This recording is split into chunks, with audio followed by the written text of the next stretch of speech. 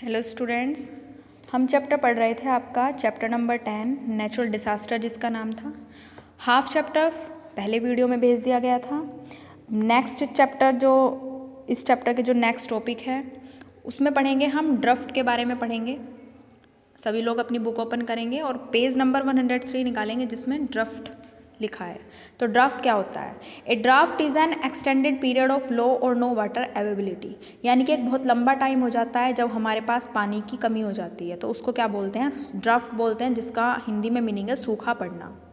The drought prone region of India, India के जो draft prone reason है जहाँ पर सूखा पड़ता है वो कौन कौन से हैं? महाराष्ट्र, कर्नाटका, आंध्र प्रदेश, उड़ीसा, गुजरात एंड राजस्थान। तो ये सारे जो राज्य हैं वो इंडिया के हैं।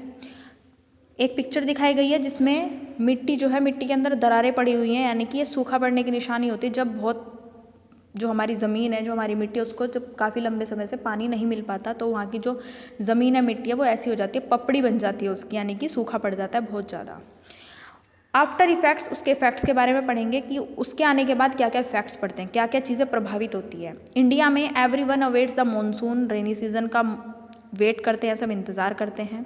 After a long and dry summer के बाद however sometimes the monsoon is delayed और वेरी शॉर्ट, डिले हो जाता है या फिर बहुत कम बारिश होती है। This causes shortage of water, तो इस कारण से पानी की कमी हो जाती है। The ground water level goes down, और पानी का जो लेवल है, ग्राउंड वाटर का जो लेवल है वो डाउन चला जाता है, नीचे चला जाता है।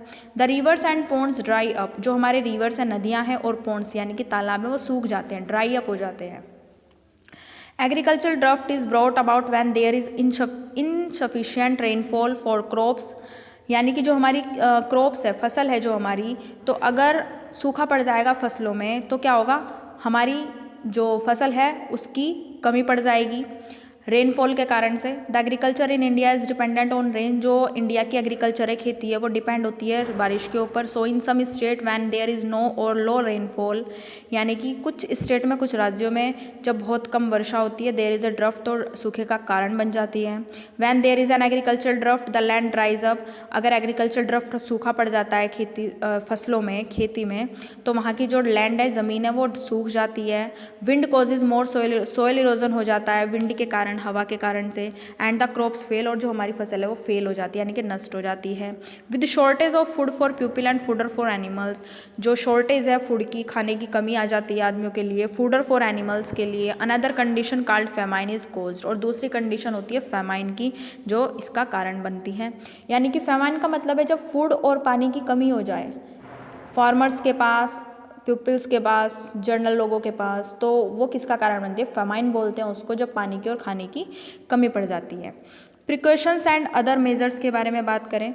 During a drought it is very important that everyone does their best to conserve water conserve, यानी कि ड्राफ्ट के दौरान बहुत ज़रूरी हो जाता है एवरीवन की अपना जो बेस्ट कंजर्व करें वाटर को, पानी को संरक्षण करें, उसका सुरक्षित करके रखें। Water conservation consist of practices such as getting leaking taps repair, taking bath with bucket water instead of shower etcetera, यानी कि अगर शावर में नहाते हो तो उसको इग्नोर करें, पानी की बाल्टी भर के नहाएं, जितना पानी की ज़रूरत है हमें उतना ही यूज़ करें, यानी कि वाटर का कंजर्वेशन करें, उसको सुरक्षित रखें, संरक्षण करें उसका। Afforestation is another good way to prevent drought as trees increase rainfall. Afforestation के अलावा अनदर गुड वे है, हम ड्राफ्ट से बच सकते हैं, पेड़ों को लगाएं, हम ज़्यादा से ज़्यादा फॉरेस्टेशन करें, तो उससे क्या होता है? पेड़ों की वजह से जो रेनफॉल है वो इंक्रीज हो जाती है, बढ़ जाती है।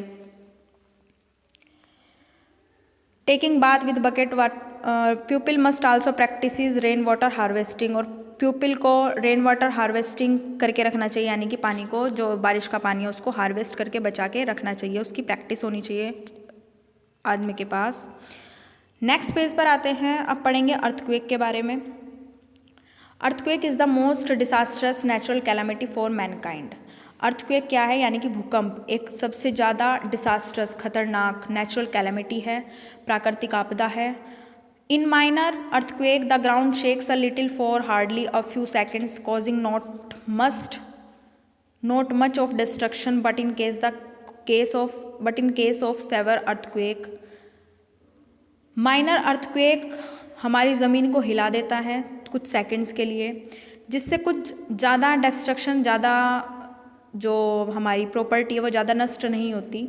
बट इन केस लेकिन अगर बहुत तेज़ अर्थक्वेक आ जाए, बहुत तेज़ वाला भूकंप आ जाए, जो टेक्टोनिक प्लेट्स है वो हिल जाती हैं, जो हमारी अर्थ के ऊपर होती हैं, bump into each other, bump आने लगते हैं, और स्लाइड अंडर ईच अदर, और स्लाइड मतलब इधर उधर खिसकने लगती हैं, जो हमारी अर्थ के नीचे की जो लेयर है वो खिसकने लगती है। This movement tears apart the surface of the earth causes massive destruction to life and property, जो हमारी लाइफ और प्रॉपर्टी को क्या करते हैं, डिस्ट्रक्ट करते हैं, डिस्ट्रॉय कर देते हैं। The study of earthquake is called seismology. Earthquake की अगर आप स्टडी करें तो उसको सेस्मोलॉजी बोलते हैं। सेस्मोग्राफ, सेस्मोग्राफ आर इंस्ट्रूमेंट होता है एक जो हमारी लैंड शेक करती है, हिलती है, उसको रिकॉर्ड करने का, यानी कि कितने सेकंड के लिए वो हिली या कितने स्पीड से वो हिलती है, कितनी स्पीड का भूकंप आता है, तो इन सब चीज़ों को नापने के लिए एक इंस्ट्रूमेंट होता है जिसको सेस्मोग्राफ बोलते हैं। Richter scale rate the intensity of earthquake, earthquake की इंटेंसिटी को बताता है रिक्टर स्केल, जिसके स्केल के ऊपर 1 to 10 डिजिट लिखी होती हैं। So if an earthquake is rated 1 you can hardly feel, अगर अर्थक्वेक 1 रेट पर आया है तो आप बहुत हार्डली फील करेंगे। But an earthquake rated 2 is 10 time stronger, तो वो अगर 2 आया है तो वो 10 गुना स्ट्रोंगर होता है उससे। At a level 8 earthquake many building fall down, और अगर 8 रेटेड पहुंच जाए अर्थक्वेक की तो बिल्डिंग की बिल्डिंग गिर जाती है, फॉल डाउन यानी कि नीचे की तरफ ढह जाती है। नेक्स्ट है आफ्टर इफेक्ट। इफेक्ट के बारे में आपको मैं नेक्स्ट वीडियो में समझाऊंगी, अभी आप यहाँ पर अंडरलाइन करेंगे और नेक्स्ट वीडियो में इस पूरे टॉपिक को पढ़ेंगे। Thank you students, have a nice day.